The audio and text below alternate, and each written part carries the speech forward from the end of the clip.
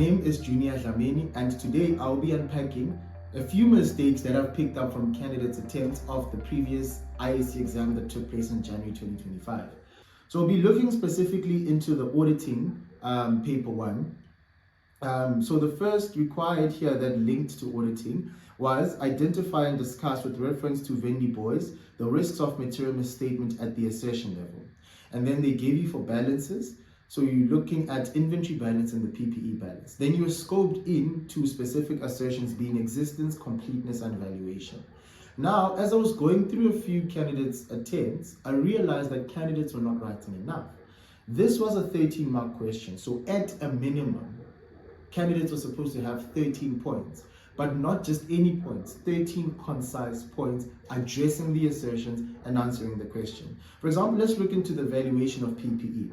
This is honestly not that difficult because based on the cycle pronouncements, you go into the exam with your actual IFRS. You could have used your actual IFRS in case you forgot what valuation of PPE looks like. Looking at your actual IFRS, looking at the paragraphs, literally transform those paragraphs into risks. For example, there's a risk that they do not depreciate using the correct useful life for a certain asset. There's a risk that they do not revalue to the correct fair value. There's a risk that they do not impair according to the recoverable amount that was determined.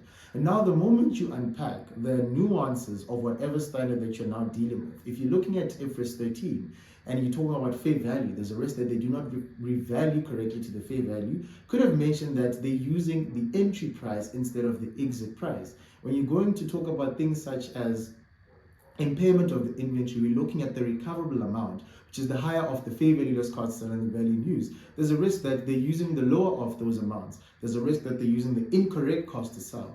There's a risk that they're using the incorrect value in use, or the inputs into the value in use calculation are incorrect. There's a risk that they are depreciating using units of depreciation method instead of the accounting policy, which is the straight line or the diminishing balance. All those things are sitting within the IFRS. Could have just used those to transform those paragraphs and also basing it in the actual scenario, because the IFRS is just basically a measurement base to say PPE should be depreciated or should be held at cost. So you could have then transformed that to say, okay, elements of cost comprise of this, this, and that. In the context of this scenario, what was evident here? What could go wrong and what I have here? For example, cost comprised of purchase price, input duties, non-refundable taxes. There's a risk that all those things, if this PPE was imported, all those items are not accounted for, making the PPE balance understated. Same thing with inventory, could have literally opened IS2. IS2 was then going to give you an indication of saying, this is how we measure inventory. We use cost of conversion, law of cost, or NRV. You were supposed to then realize that there's a risk that it's not measured at law of cost or NRV. There's a risk that we're using the incorrect measurement basis. For example, if they use specific identification, but now the management accountant goes and prepares the inventory balance using first in, first out, that is a risk. There's a risk that all costs of conversion, such as direct material, direct labor, are not accounted for correctly, which might lead to an over or understatement. And now as I'm speaking, you're realizing that you must determine what's the impact of this. Yes, it is a risk, but what's the overall impact? What does it do? It leads to either an overstatement or either an understatement of your inventory or your PPE balance, because that's very important. If you can't deduce, then you can just say it leads to it being misstated, because at that point, you don't know maybe if it might go up or it might go down, but you know that the inventory balance or the PPE balance essentially becomes misstated. And also things such as existence and completeness. Remember, sometimes when we usually refer to these as Incoterms. When you buy from outside, then they are shipped free on board. Control has passed, so which means that you should record them in your financial statements.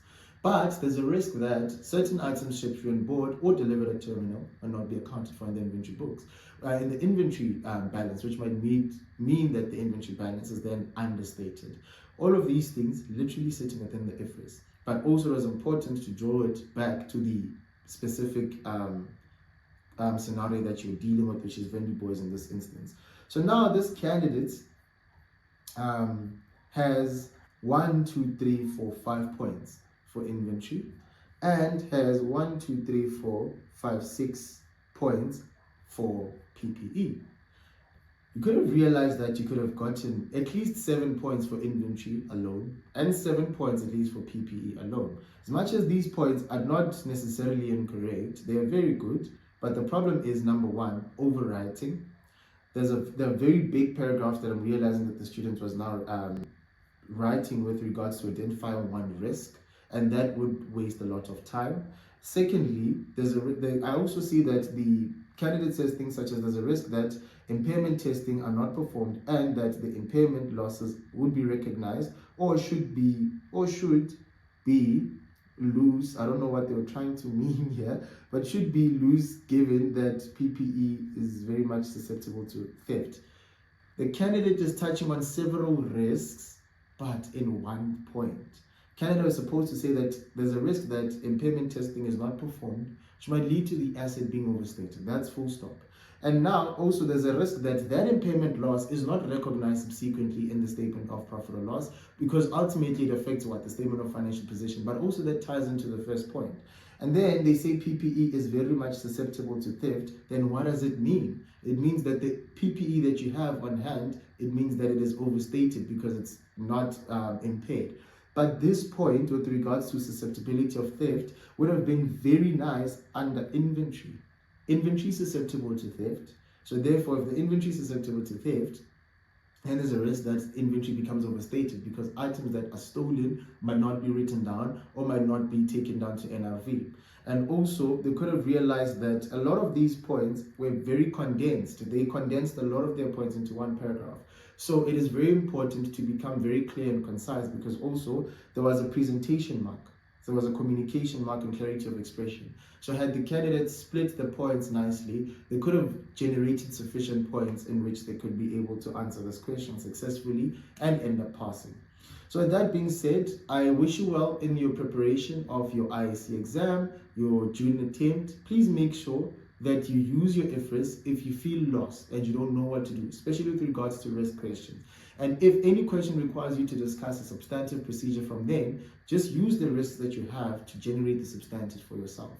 So your IFRS can be your best friend, and answering such a question, which is like an auditing question, dealing with valuation, things such as inventory obsolescence, things such as NRV, things such as cost of conversion, those things should switch on a light bulb for you, because those are the things that could go wrong.